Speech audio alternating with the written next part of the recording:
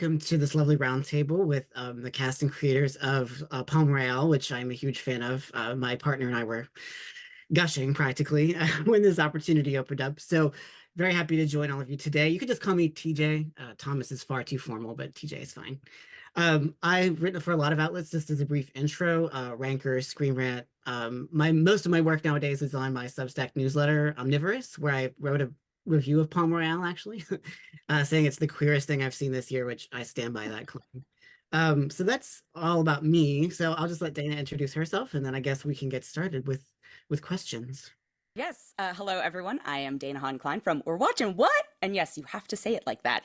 And a variety of other outlets. I use she, her pronouns. And we are both proud members of GALECA. And it is our honor today to be joined by the PALM ROYALE team. And I'll just do a quick intro. We have star and executive producer Kristen Wiig, showrunner and exec producer Abe Sylvia, director and executive producer Tate Taylor, and co-stars Ricky Martin and Dominic Burgess. So I'm going to start with our leading lady. Kristen, what do you admire most about Maxine? Oh, well, she really doesn't give up, to the detriment of herself and everyone around her. I do not have that drive. She is extremely persistent, but as manipulative, I guess, as she is, she's not hurtful. And I don't know, she's just sort of got this sunny disposition no matter what. She will take a door slammed in her face and just be like, okay, I'll go to the next door. And I love that. I love that about her. She will not give up. So I guess I have a kind of a follow-up question to that. So I think it's probably safe to say that Maxine is going to be a gay icon. Like, I think she's going to go down in history as one of the true iconic figures. So what do you think appeals to gay viewers, or what about Maxine appeals to gay viewers? And did you intentionally portray the character that way? Because I got that sense as I was watching. Oh my God, what a question. I mean, if she is an icon, I would be so honored and flattered. I mean, it wasn't an intention, but I think she's fabulous in every way. And I think it's the whole aesthetic of the show. I think the show is very fun and light and campy and um which is something we really deliberately wanted to put out there. I love watching darker stuff, but there's something about this show that is so light and happy and an escape. And I don't know. I think that gets it to the heart of it. Because I mean, one of the things that I really enjoyed about Maxine is just how much she is that so many contradictions, like steely but vulnerable, like Exactly. bubbly, but also like this a lot of heartache because of not having children, but also her husband's infidelity. So I think that that's one of those are some of the things I think that make her stand out as kind of a queer icon. Yeah, you're rooting for her to do terrible things, which is a fun thing to play. Right. I mean, doesn't it get any more queer than that, really? I don't know. I'm going to use this as a transition because speaking of gay icons, hello, Ricky. So I, your I, character has this not to spoil too much, but this heartbreaking kind of love story, right? So how do you infuse that with a sense of hopefulness, but also, being kind of ground down by society? oh my God. Listen, I just go back to, the many possible stories that Robert comes with, someone that grew up in Puerto Rico and someone that is, that had to prove himself in so many different ways. Having to go into the military service just to prove, I guess, his parents about, he's a man, he's a tough man, he's a tough guy, he can do this, but then again, he's so soft and he's so vulnerable and he's, the sadness that it's a force, it motivates him to keep going. And then he needs to be protected. He's always protecting people, but he really has this need to be protected. He feels lonely and that's what he finds in Norma. And then later on in Maxine, it's a very, very interesting situation. I've felt that as a gay man, having to hide, having to be, being in the spotlight since I was a little kid, 12 years old. having to, you know, create a character that I was not, hiding the feminine aspect of me was something that I had to struggle a lot when I had my mom and my brothers telling me, you don't know how to throw a baseball. What they were telling me is like, you're very soft. You don't know how to throw a baseball. And my mom would tell me, you move your hips too much when you walk. What's going on? You know, and I was only 9 years old, 10 years old. So later on, I had to just be like this tough guy and just prove themselves that I was a tough guy. And so I bring a lot of that into Robert. And then God knows what could happen to Robert after this, but I'm very, very honored and pleased to be able to work with this amazing group of people that have given me a green light to fly and just bring a lot of me into Robert and and I felt the freedom and it felt amazing. So I thank everyone to take the opportunity to do this. Just to follow up on that, I mean, what strikes me about Robert in particular, like this notion of performance is, you know, the series is set in the 60s when we still have, you know, I mean, obviously the closet still exists, but there's still that sort of post-war Mm-hmm. consensus of closeted identity. Like, how did you draw on that? Because I mean, like the 60s is, you know, sort of a pivotal in Yeah. between. So you know what, when I wrote my book and I shared on details about, you know, my sexuality and my process, I had a lot of people that came to me and they told me, Ricky, thank you so much. Because of you, I get to know my uncle better. Because of you, I get to know my aunt better. Because of you, even I get to know my grandfather. The same thing is happening now Mm.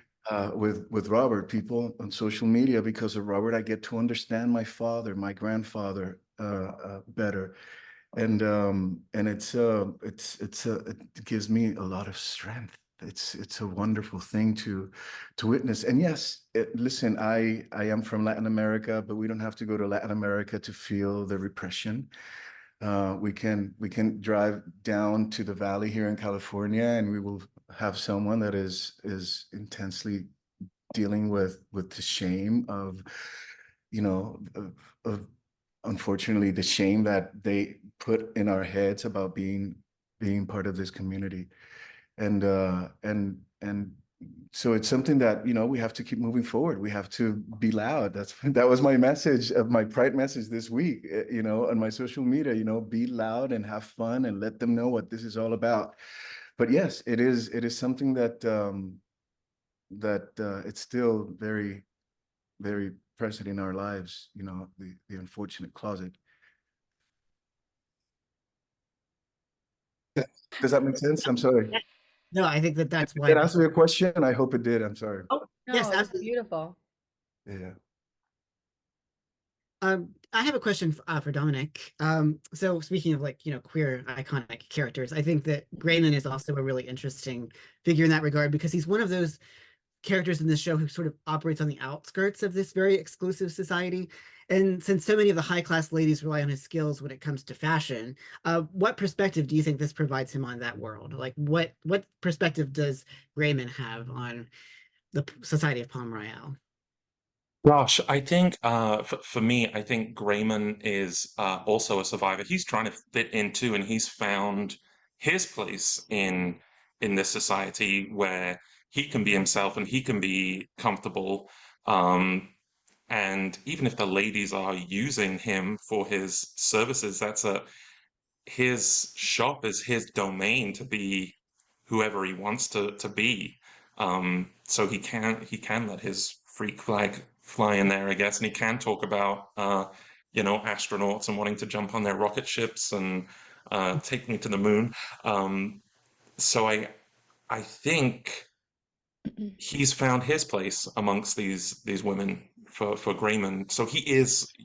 I don't know if he sees himself on the outskirts. I think he thinks he's in the thick of it. He's gossiping and he's duplicitous and uh, completely divine to play. We all enjoy a good social hub, right? He is the kind of core and the nexus of this society that is both excluding him but also utilizing him to the max. And speaking of sort of the fashions and the sparkly women, this one is for Tate. Tate, I've heard you say you love sparkly women as characters, and this show feels like it is celebrating, I'm going to say a word that some people are sensitive to, camp, but also glamour, so maybe glamp here, in the most brilliant way. So what were the discussions like about balancing the tone, right? Because you have the fun of the glitz and glamour, but also these characters who are going on these really serious life journeys. Well, it was really, and thanks for having us. I love pathos and humor, and but bumped right up against each other. And what was great about the pilot and all the other episodes is, and we're purposefully camp, which is important, is that there's always a moment where we see deeper into a character, where they are vulnerable. I mean, for instance, in Maxine, she tells Dinah, "This is what I want for you," and it's real. I mean, she is blackmailing her. But you get a sense of the real pain and the real journey that people are taking, and it's very dramatic. So we have these great pauses in the fun, and with sincere character moments, and then right after that, we're back at it again.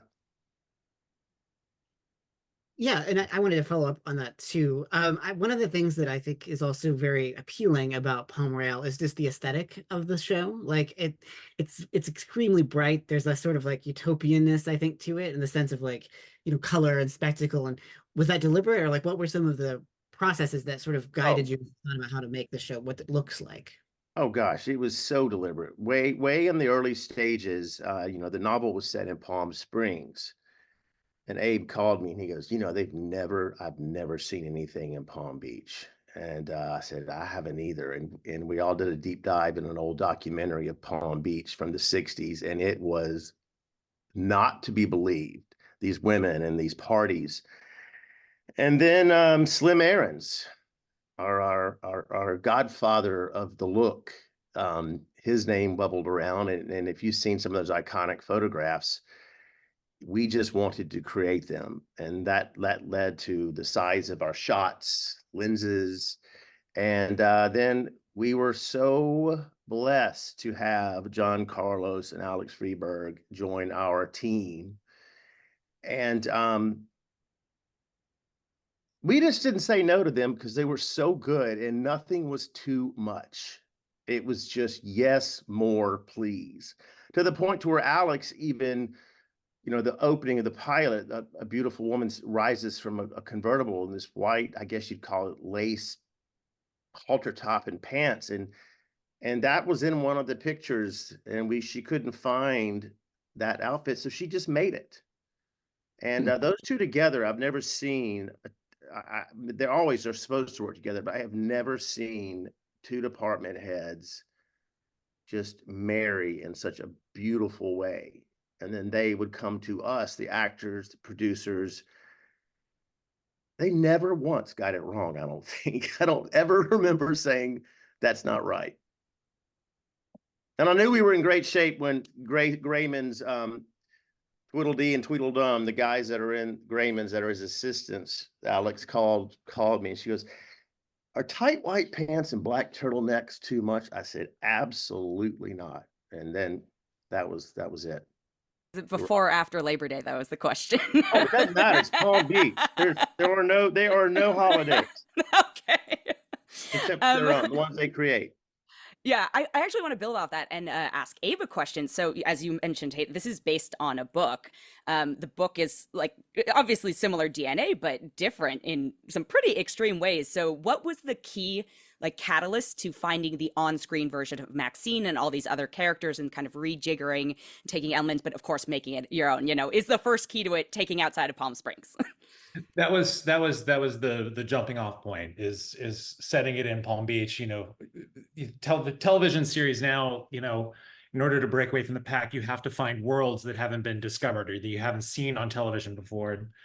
you know, the book is one thing, and it's a beautiful book, but ultimately we use very little of it, other than this fantastic, you know, character that is sort of this bull in a china shop, who is, I was kind of calling her sort of the female Archie Bunker, because she is so, to a modern audience, she's so retrograde in her ideas about what it means to be a woman and what a woman should be striving for.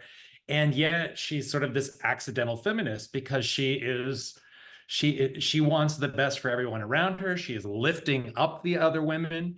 So even as she's doing manipulative things, she is choosing herself time and time again. And so even though she has these sort of really retrograde ideas about what it means to be in a marriage and what a good marriage is, she's constantly, you know, choosing what she thinks is best for herself and the people around her at any given moment. And so even though she's not taking on the mantle of feminism in the way that Laura Dern's character pontificates about, Laura Dern asks her, you know, why would you want to be in a place where you're not wanted?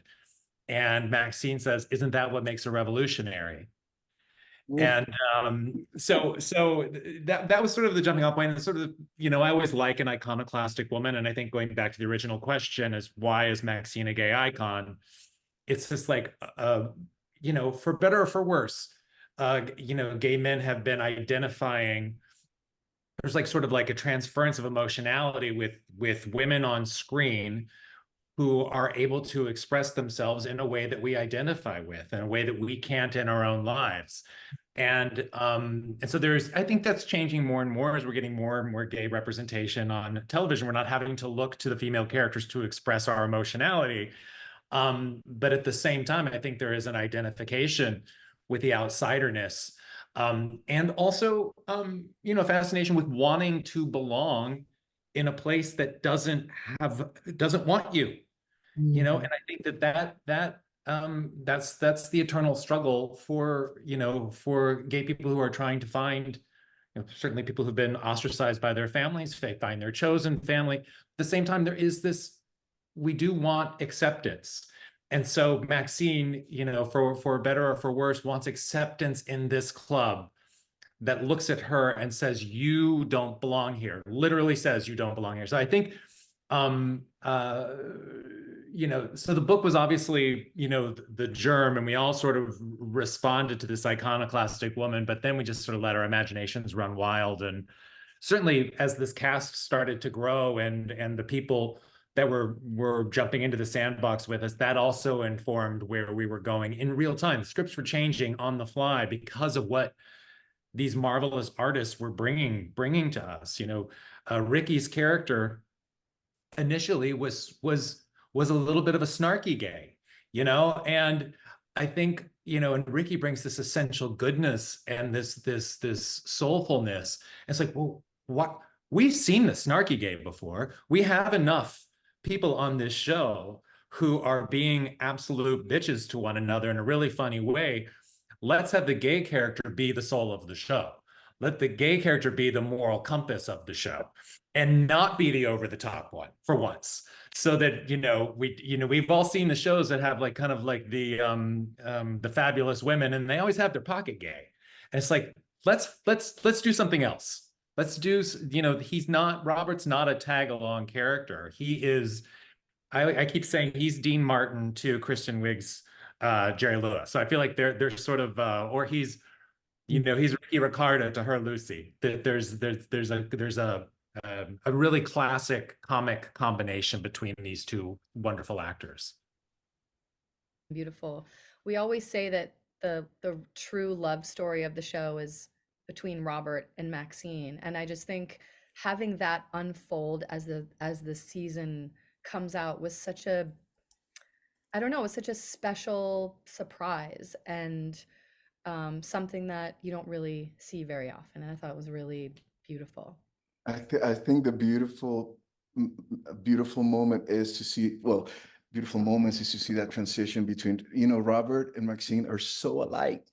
They hate each other in the beginning because they see each other. I mean, I see myself in her. She wants to fit in. She wants to be part of a club that you're not a part of. And that has been my life, you know, the Robert's life. So to see that transformation into a, we can look eye to eye, we have each other, I'll back you, I know where you come from, you know where I come from, I love you, you know, because there's also an acceptance on Robert, you know, when he says, I love you randomly, when it's I love you, I love myself, because of you, I'm starting to love myself, and this is me, you know. And that was an improvised line, as I recall, in episode 7.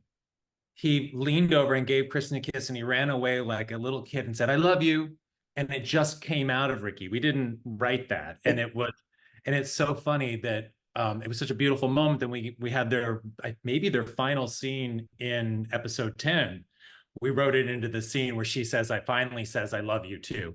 And that's just what was kind of, you know, your show every day shows you what it wants to be if you allow it to show you. And that was a really like a breaking open moment from Ricky, and it just came from his heart in the moment, and we were like, ooh, we have to answer that in episode 10. So I'm very grateful for what these people bring to the moment to moment making of the show. Yet there's also no Robert and Maxine without Norma, right? And you want to talk about icons that we all gravitate let's talk towards. about that. So I am so curious, like, what is it like interacting with effectively a pantomime character for the majority of the season, right? Because, I mean, you have one of the greatest comedians of all time, let alone female comedians, but like, I mean, how does that change your dynamic on set? And also, she's found family for both of them. She's found family for Robert, and then blood family-ish, marriage family, I don't know, for Maxine. So how does that dynamic work together? I mean, actually, Abe can also speak to the role of Norma really changed a lot once we got Carol, and also knowing that you can't have someone like Carol just be sleeping the whole first season. I think people were like, when is she waking up? She still got laughs while she was asleep. I know. Well, that's the thing about Carol. It's like I would say she plays coma like nobody else. I mean, it's like she's still funny. She's still warm. And I mean, look, we all really, as a person, just fell in love with her. And, you know, playing those scenes with her when she was sleeping, it wasn't like, you know, sometimes when you have to act like, you know, with a tennis ball or something, like she's right there. Like she's in it. She's doing stuff with her face. And of course, the best is, you know, after they say cut and you get to actually like sit and hang out with her. That's the best.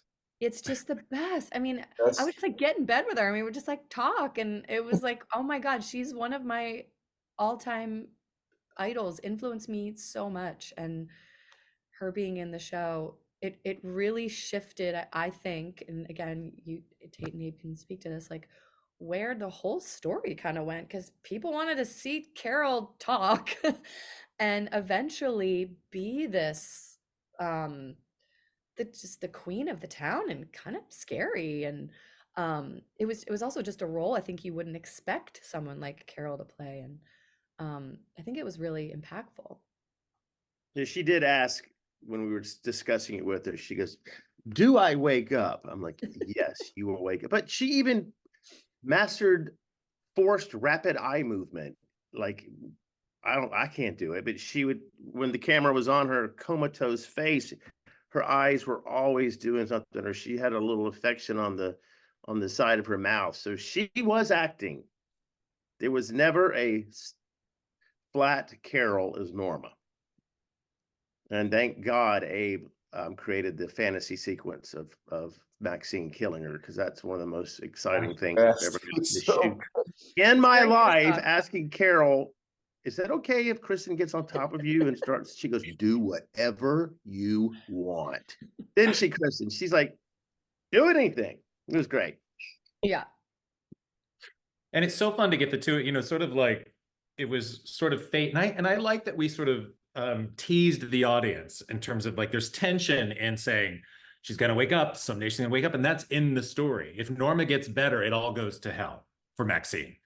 So as she gets better, you know, she's getting better because of Maxine. Maxine challenges Robert to go visit her for the first time. And when Robert plays the trumpet, she wakes up because she loved Robert more than anyone. So it's because of Maxine still wanting the best for people that she creates the worst scenario for herself. And I thought there was a moment talking about the tone of the show that we really sort of, I think, busted wide open, just, because you're finding, you're getting your sea legs on a new series, and it, and you're trying out things that work until you really kind of hit the music of it. And I think as a crew and everybody, when we shot episode 4 and Carol woke up and was trying to say revolver and Kristen couldn't understand her, I don't usually do cross coverage as a director, but it was like, this is their first scene, where they're, even though Carol can't fully communicate, watching Norma try to have this nincompoop understand that she'd like to kill her. So we did cross coverage on them, where we had one camera on Carol, one camera on Kristen, so that whatever happened, we had the reverse reaction, because you have two improvisational geniuses and you don't want to miss anything.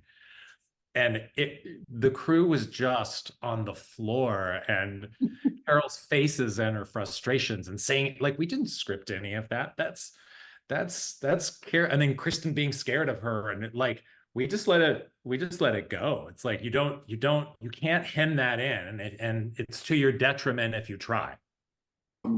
Okay, so who might in our group here have a question? Just please jump in and say your outlet and your name, and fire away.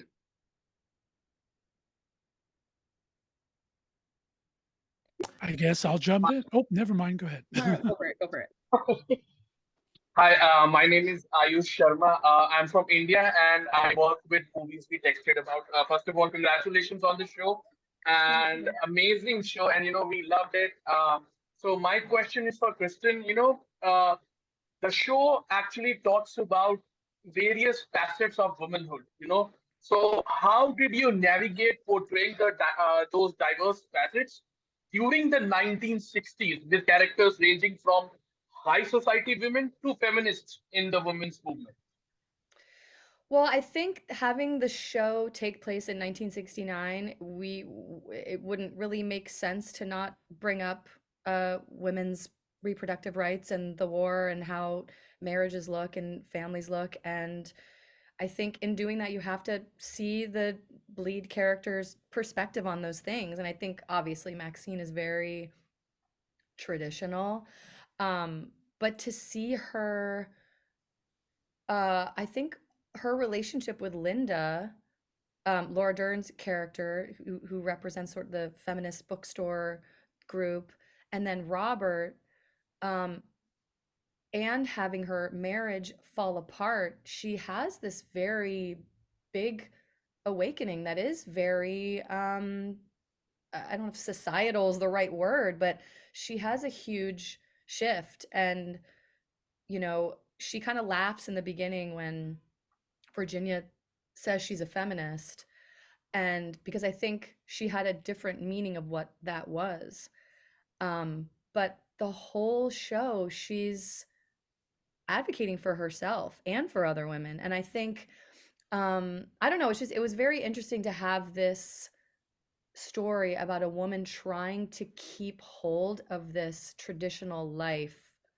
and to fit into this club happen at this exact year that that the show takes place. And I think as far as those views, she changes more than anyone, I think, from episode 1 to episode 10. Scott Fullerton, you had a question? Yeah, Scott Fullerton from Left is Straight podcast. Kristen, one of the things I love about you and people like Maya and your contemporaries is your use of costumes and getting into character. And now we have this year, 1969, you have this great backdrop of the background of Miami Beach or Fort Lauderdale, whatever. Talk about how important costumes are to you in creating any of your characters you've created over the years. And even Ricky and Dominic, Ricky on stage and all his personas, and Dominic in different roles. Talk about how costuming affects your roles. I was naked half of the show. I don't know. But didn't that affect you? I'm not complaining about that part, but you have some good outfits too. Go ahead. It's true. It's true.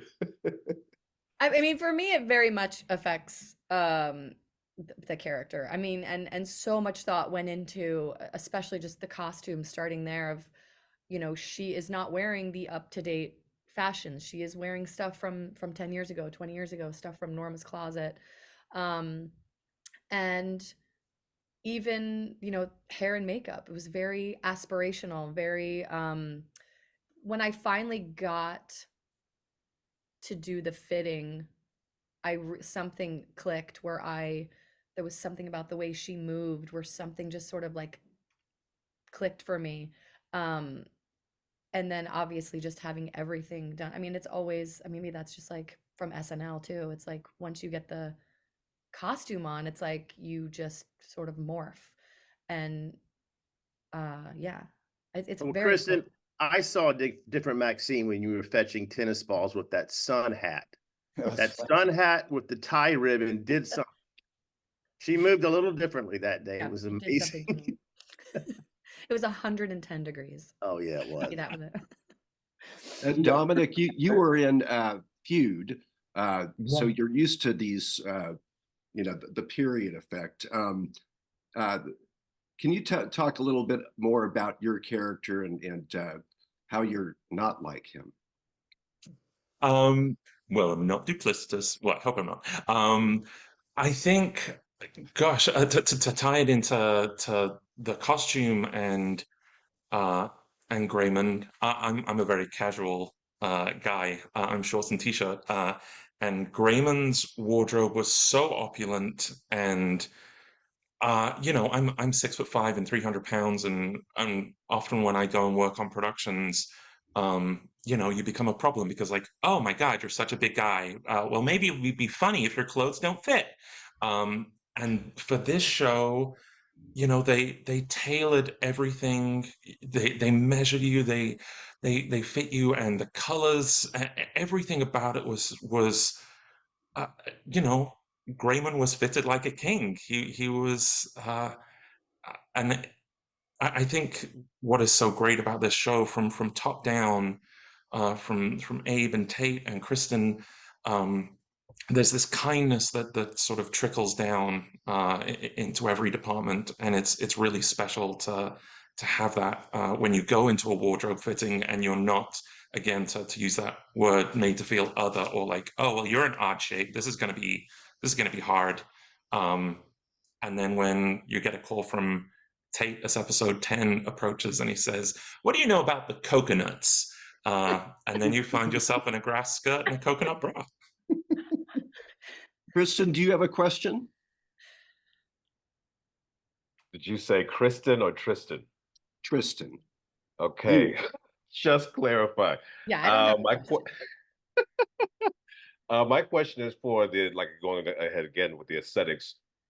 Who came up with that, and who decided on the ultimate casting between saying Mindy Kahn from my childhood and then saying Carol Burnett? This whole, you have like 3 generations covered with the casting.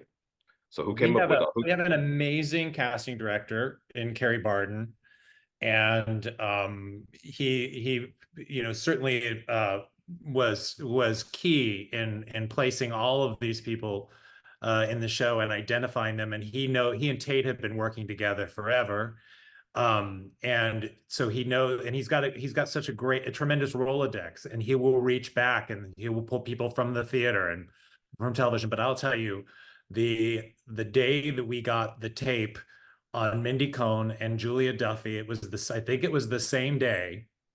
And I was like, first of all, the fact that these women are reading my script in front of me, and I was like, they're offer only for me. Like, the fact that they were reading, I couldn't believe it.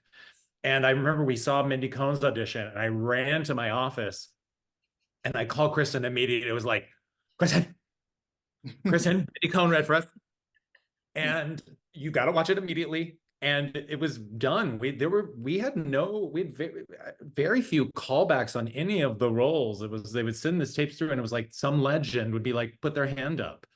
You know, the fact that Julia, we were so lucky to have the great Julia Duffy on our show. That woman So is a amazing. sniper with comedy, just an absolute sniper. And I'll never forget, maybe it was the second or third day of shooting, and Kristen has to hand over a check to Julia Duffy, and Julia Poole and the writers, we haven't thought about this. It's like, oh, Kristen hands her a check and she's in the pool. And Julia folds it up and sticks it into her swim cap and swims away with her champagne. And I was like, she's a genius. She's a genius. Like we didn't write that into the script, but she's like, well, I got to put it somewhere. She shoves it in her wig cap and swims away with her champagne, as one does when you're Julia Duffy. So, and also, you know, the talent begets other talent. You know, Carol heard that that Kristen, Laura Dern, and Allison Janney were in our show, and she said, I want to hang out with those ladies. I want to go have dinner. That's a sandbox I want to play in. And so yeah. I mean, Tate's long-standing relationship with Carrie was very key in terms of you know, landing these coveted people. Carrie, and most of these people, Carrie calls directly with his cell phone because he knows them all, which is also so helpful. And this I like this, even though this isn't a movie, Carrie's television set stays permanently on Turner Classic Movies. So this feel and this vibe is very much him. And to Abe's credit, these people that we're talking about going on tape, they did it themselves. We didn't even ask them to. And it's just so exciting as this show goes on. People that I'm amazed at the actors and actresses that come up to me now going, is there a way that I could be a guest star? I'm like, yes, absolutely. So it's a fun place people want to come play, and just hats off to all of us for that, because it, as Dominic said, it's just, in a business where it's often not fun, this leveled the playing field of my career of being fun again. I'm sorry, we have time for a couple more questions. I first of all have to say, maybe you could get Bryce Dallas Howard to bring her character from The Help next season. Oh, Hilly. Crossover episode. Gisselle Palomera. Hi everyone. I write for Caló News. It's an LA-based Latino publication out here, and I do dabble in entertainment writing as well. So happy to be here. Thank you. And so I've been hearing a lot of conversation about like improv, a lot of unscripted stuff kind of going into the final show. So I would love to hear more about, like, from Kristen and Ricky, what kind of character traits were written in the script that drew you to the role, and what kind of character traits did you come up with them on your own? Wow. Well, if I can talk about Maxine and Robert's relationship and sort of tying that in the beginning, obviously they do not like each other at all, which was so fun for Ricky and I. First of all, because I adore him in real life, but to have that relationship, playing those characters argue with each other, like, those were some of the more fun scenes. Following you around the house. Just running around the house and just turning around, and, like, you know, we improvised a lot of that little stuff, like, you know, put a shirt, I can't remember like specific lines, but I think, I mean, so much was in the script and conversations before we even started shooting about, you know, how your character feels about the other characters. We didn't improvise like a ton on this show, but in the times that we could, I would say mostly it was between Robert and Maxine, because that dynamic was just so fun. And then even at the end, like Abe was saying, when they come together and Robert saying I love you, even in the softer scenes, I don't know, I think there was a safety between Maxine and Robert, and just for me Comfort with Ricky, just a safety and a genuine love there, that it just felt I don't know, between those two characters, it just felt the most natural sometimes to just go off the page a little bit. But this fine group of actors, if I often found that if you just don't yell cut, something else is going to come at the end that's hilarious. I worked with my acting coach, and then I walk on set, and Tate tells me, that script that you have in your hand, leave it in your trailer and let's start from zero. And that is a lesson that I will bring with me forever, because the fact that I felt the freedom to just be from the moment I heard action until the moment I heard cut was something that took me to another level. And I will always be forever grateful, because yes, we had a story to tell and we knew we had to get to a certain point, but to have that freedom to yes, we have the guide, we have the lines, just be free, have fun, enjoy. So Tate, thank you, because it brought me to another place in my career personally and as an actor. So it was wonderful. It was a wonderful thing to feel. Other things that I've worked on were about stories that, it was about a story of, for example, the story of Gianni Versace. I was telling a story. I needed to be very loyal to the script and to each word, because I was telling someone's story. In this case, I was telling Robert's story, and I was lucky enough to feel the support and the presence of the writers behind the cameras, taking notes to whatever we were throwing, and they were in some way somehow allowing us to develop also each character. So it was nothing but an amazing experience. It was it was so much joy to walk on set every day, because the level of freedom was wonderful, and I grew so much. All right. Well, I think that's all we have time for today. This was a great discussion. I feel like we really touched on some important stuff, and I think this show is going to really go down in the annals of history as a great queer show.